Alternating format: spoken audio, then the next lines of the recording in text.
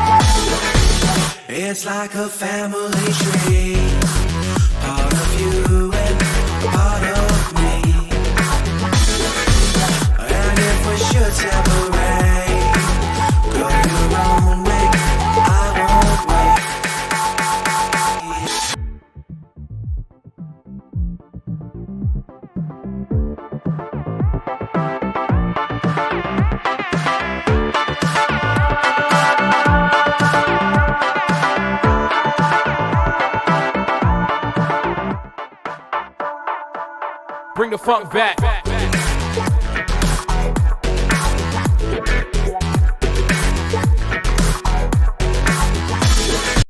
All right, so taking this first hand in here, let's see what we're looking at. Ace, deuce, jack, 4.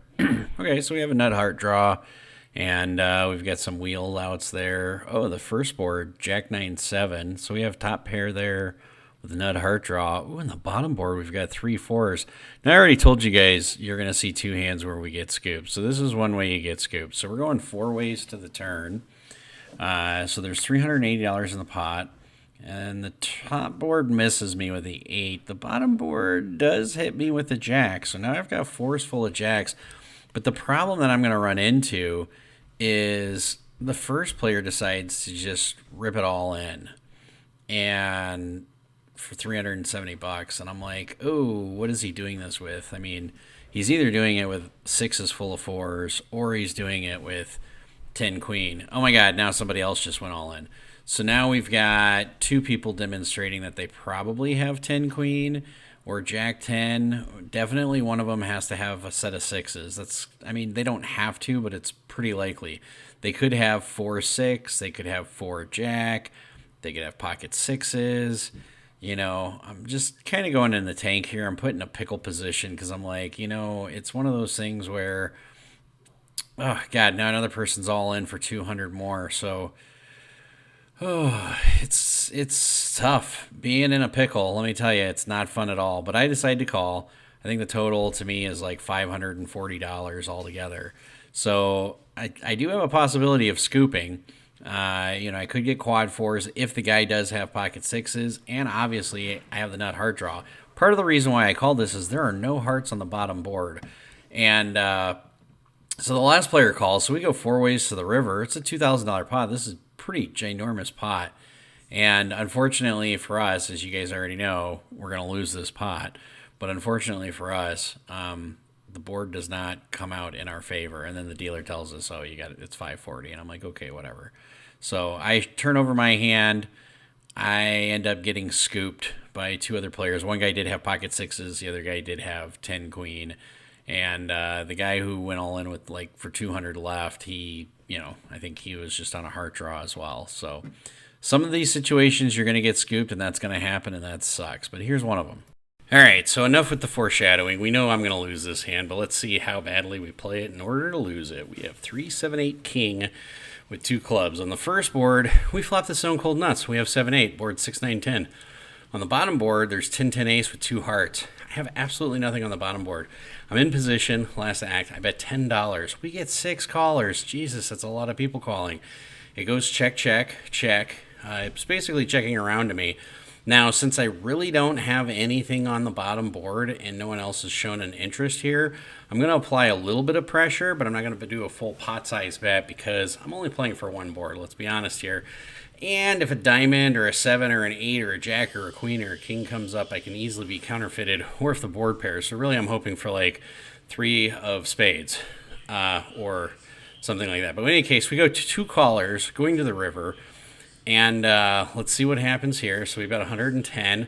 So the pot is building. I do like this. And the river brings up a jack and then a 9. So we don't have anything on the bottom board. On the top board, we still have a straight, but now we don't have the nut straight. Now, Cheeky bets $160 all in. And this is when the other player decides to make a call. And then I'm going in the tank because I'm like, oh my God, am I ever good here? Then I thought to myself, can I actually raise and get the other guy off of a hand like Ace X? And then I decided, probably not, because if Cheeky's the one who bet, he might have like Queen 8, Queen King, something to that effect. So it's like 160 to win 475. So I call. And we end up finding out the bad news that Cheeky, in fact, does have Queen King. And then the other player called, and he actually has Ace Queen. So, yeah, we get scooped in this one, as predicted. Chapter 2 of our story, Hands Where We Chopped. So, let's take a look at what we have here. We have Ace Deuce 3 8 with 3 clubs. We're already on the turn. Cheeky bets $50. Now, we have a straight on the top And we've got a pair of threes on the bottom. Okay, no one else probably has a three. So we're going to call $50. This is not a bad call here. We're going three ways to the river, and we do have cheeky in the hand. Well, river puts a king up top. Okay, that really doesn't change anything. And an 8 on the bottom. Okay, that really doesn't change anything. So the nuts before is still the nuts. So in this situation, when somebody bets out, you have to figure they're super nutted on one board. Now what happens is it checks to me.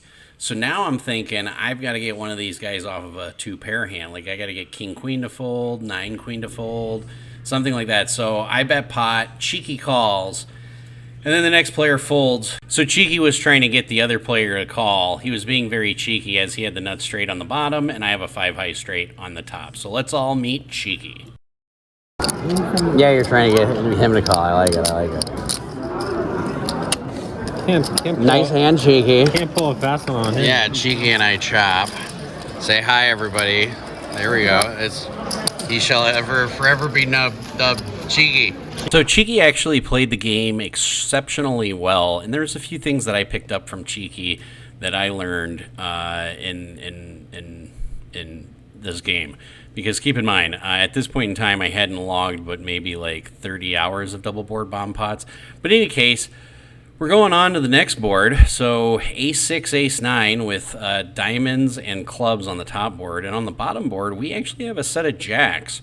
So we have jack, 9, 3. We do have a pair of 9s up top, but we don't really have anything else going for the top board at all. So somebody ended up betting $60. I end up calling. We're going to the run out to the river.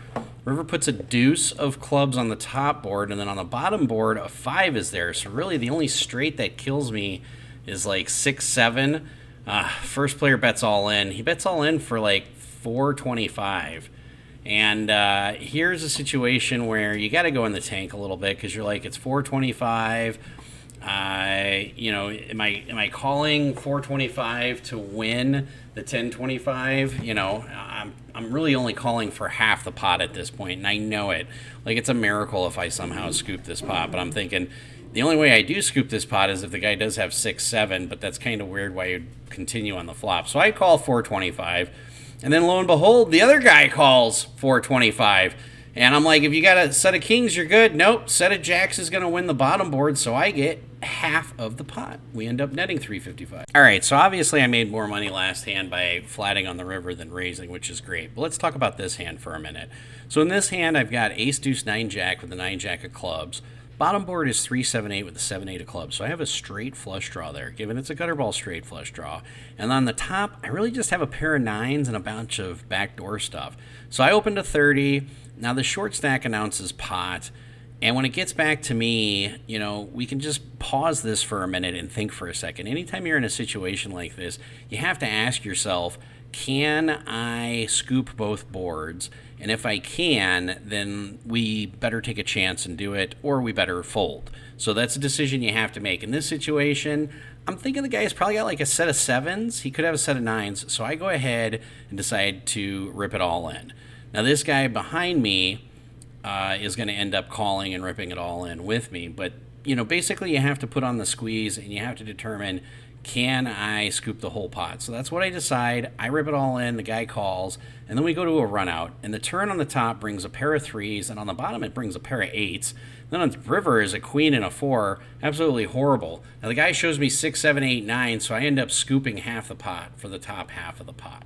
Talk about getting bailed out. See, and this is one of those things on double board bomb pots that is a little overlooked, is when you can get it heads up, there's a lot of situations in which the hand that you didn't think that you needed will end up saving your behind. Obviously that was the case there, but if you look at what he was shoving with, he was literally shoving with 2 pair on the bottom and a straight draw on the bottom. On the top board, he had like just a miracle to try winning it. But he did have a chance to win it. So let's go ahead and take a look at this board. So we have 8 queen 7 6 with 2 spades, and on this board I'm actually drawing to a queen high spade on both boards. There's ace queen of diamonds up top with the 10 king of spades up top, and then down below there's 2 spades with the 9 6 of spades and the queen 4 of hearts. So I've got a pair on both boards. I actually have a straight draw. I have 2 pair on the bottom board with an open-ended straight draw and a flush draw. So I check. Guy behind me bets 200. We get one caller. I'm not going anywhere. I actually could have played this a little bit more aggressive.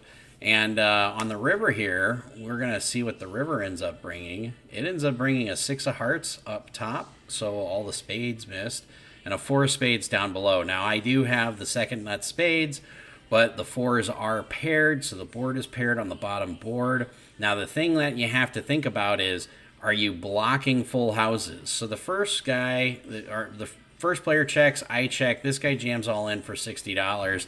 And, you know, when the other guy calls, I'm like, oh my God, I'm thinking that this guy's just got the ace high flush and I'm just screwed because I'm getting scooped here. But at the same time, it's like 60 to win 1,000. Like, where am I going? So I go ahead and call. This guy turns over just a straight. And queen high flush is actually good on the bottom. Surprisingly, it surprisingly is good. So the guy behind me must have had like a 4 and then 2 pair, or he basically said the same thing I did. $60 is $60. What the hell? So here is our last hand that we are going to chop. We have 7-9 Jack Queen. That's such a sexy hand.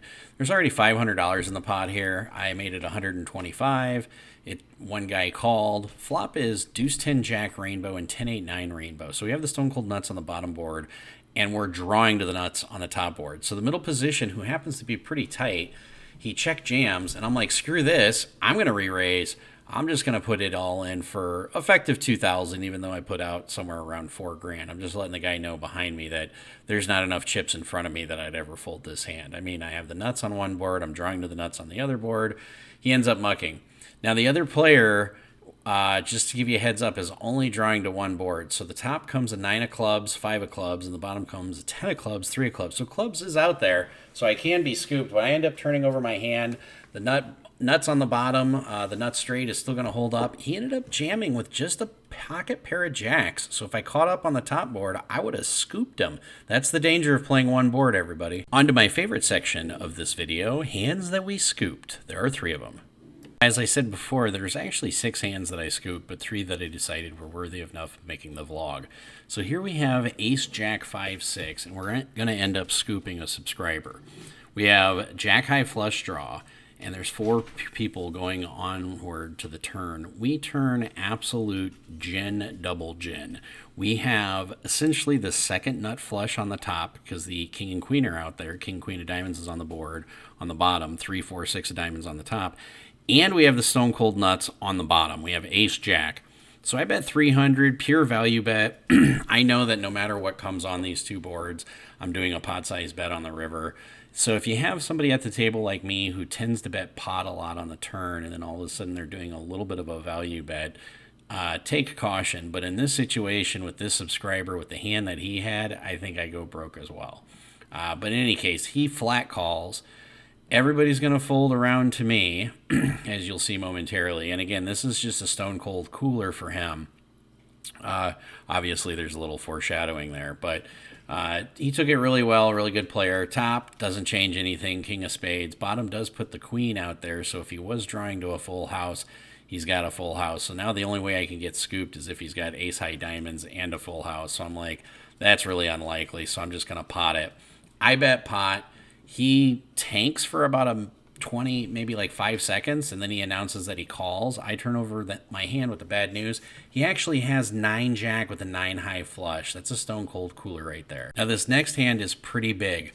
We're actually playing 5 cards. So on the dealer change, instead of doing a 4-card double board bomb pot, we would do 5-card double board bomb pot. I happen to be on the button in this situation. I have pocket queens. The other 3 cards are irrelevant.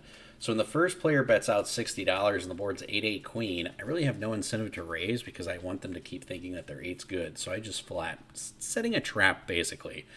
And when the turn comes a 4 up top and a queen down below, now I have the nuts down below and I basically have the nuts up top. So he bets 180 into me. I say pot. Looking back at this video, I think I should have just flatted here. But in this situation, it's not going to change anything. So I announce pot. The dealer says, oh, that's a lot. Then he tells me it's like $800. I put the $800 out there. Then the next player is going in the tank for a little bit because they got to be thinking, what all of a sudden made me excited? You know, do I have 8-4? Do I have 8 queen?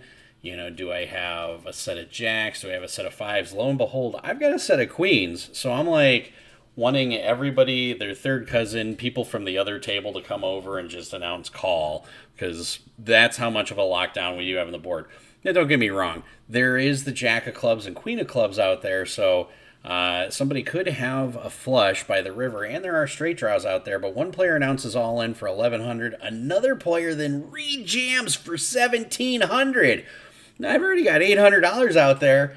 And I'm sitting there, I'm obviously calling, but I'm like trying to think to myself, does this guy really have like quad eights? Am I getting free rolled? Does he have like 8, 8, 9, 10? This would be super gross. I mean, he is blocking his own outs with the eights in his hand if he does. But yeah, when he jams all in for 1,700, I'm not slow rolling him at this point in time. I'm not doing anything like that. I'm thinking, what are two people jamming here with? Like, I was doing this to try figuring it out, because keep in mind, this is probably like hour 35, hour 36 playing. So I'm like, you know what? I'm not going to go anywhere for an extra $1,000. So let's go ahead and rip it. So I tell him his quad eights are good. And the river comes a king of spades up top and a queen of six of spades down below. So that really does not change anything. One player had 4-8 king ace, and the other player had a set of jacks. Oh, that's like super gross. So chasing with an overpair can definitely pay off. Of course, it helps when you have 8 queens full on the other board too. But yeah, he got coolered in this one. Here comes the last hand review of the evening. We have ace 4, 7, 9. I remember this one very well. So ace of spades, 4-9. Board is 5-9-3, complete rainbow up top. Bottom board is 4-4-3. I actually lead out for $35. There's 2 people who calls, and then the guy to my right, who happens to be on the button, announces $240. Now, in a situation like this, I know for a fact that that guy who's been playing super tight all night has 3-4. So in this situation, I can eliminate that he's probably got me beat on the top. So I re-raised to 700 thinking, I do have a 4. I've got 3 overs. If I hit on the bottom, I have a chance to scoop, because all you should have is a pair of 3s on the top. So he calls. We go to a run out. And on the top board, we get an 8 of hearts. On the bottom board, we get an 8 of clubs. It doesn't change anything. On the bottom board, we get a 5 of diamonds. And on the other board, we get the 9 of hearts. I show him I've got 4s full of 9s, and I've got a pair of 9s on the top with an ace kicker. As predicted, he turns over 3, 4, 7, 10. So he ends up only having a full house on the bottom, 4s full of 3s, and on the top, all he has is a pair of 3s. He did have an over on a 10 on the top board. So we end up scooping this one. It ends up being about a $2,900 pot. The dealer asks us to verify that we've got him covered, and you can just see me here counting out. I'm like, well, here's 1,800 right here, and the guy had a little over 1,400, and he was a little coolered there. He was free rolling me to like a 10 on the top board, but basically, yeah, I ended up scooping this one. And here's some chip porn for everybody. As I told you guys, anytime you see me, if you want to be on the vlog, come up to me. I'll take a photo with you. This is Randy Parikh. He wrote a book called The Winning Spirit. You can actually find it on Amazon. It was really nice to play with him. I played with him at the $5 double board bomb pots at Mandalay Bay, and I played with him at the 5-10 game, Big O game at the Wynn. And this right here is Justin. Justin actually made me some custom chips and sent them out to me. And I'll put in a link to his eBay store in case you guys want some cool chips from him. But seemed like a really cool guy. So always come up to me and say something, guys. As always, play smart and run like a god.